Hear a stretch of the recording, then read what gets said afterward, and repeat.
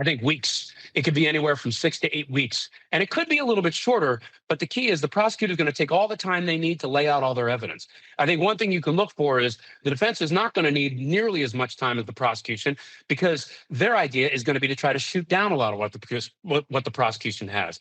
But I think this is going to be a weeks-long trial. You are going to see a lot of evidence come out, because what the prosecution has to do is, like what we talked about, paint this entire picture of an enterprise. But here's the key, Stephen A. They got to do it in a way that makes it simple for the jury.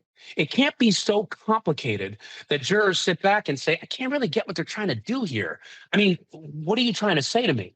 What prosecutors are trying to say is, here's a broad picture of an enterprise, all in furtherance of a crime. They've got to be able to focus on that every step of the way and not make it too complicated. And for the defense, the key is going to be poke holes. They want to show a man who was maybe mean, maybe angry, maybe had unconventional sexual proclivities. That would be their way of wanting the jury to look at it.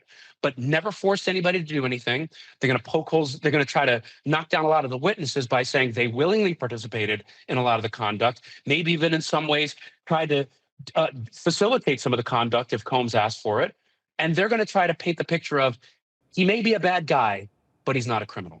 Last couple of questions. We know how eccentric Sean P. Diddy Combs was, and particularly with his wardrobe, how fly he liked to look, et cetera, yet he shows up to court today, he's dressed down, wearing a white dress shirt, a light colored pullover, and khaki pants. It's not how the public is used to seeing the music mogul.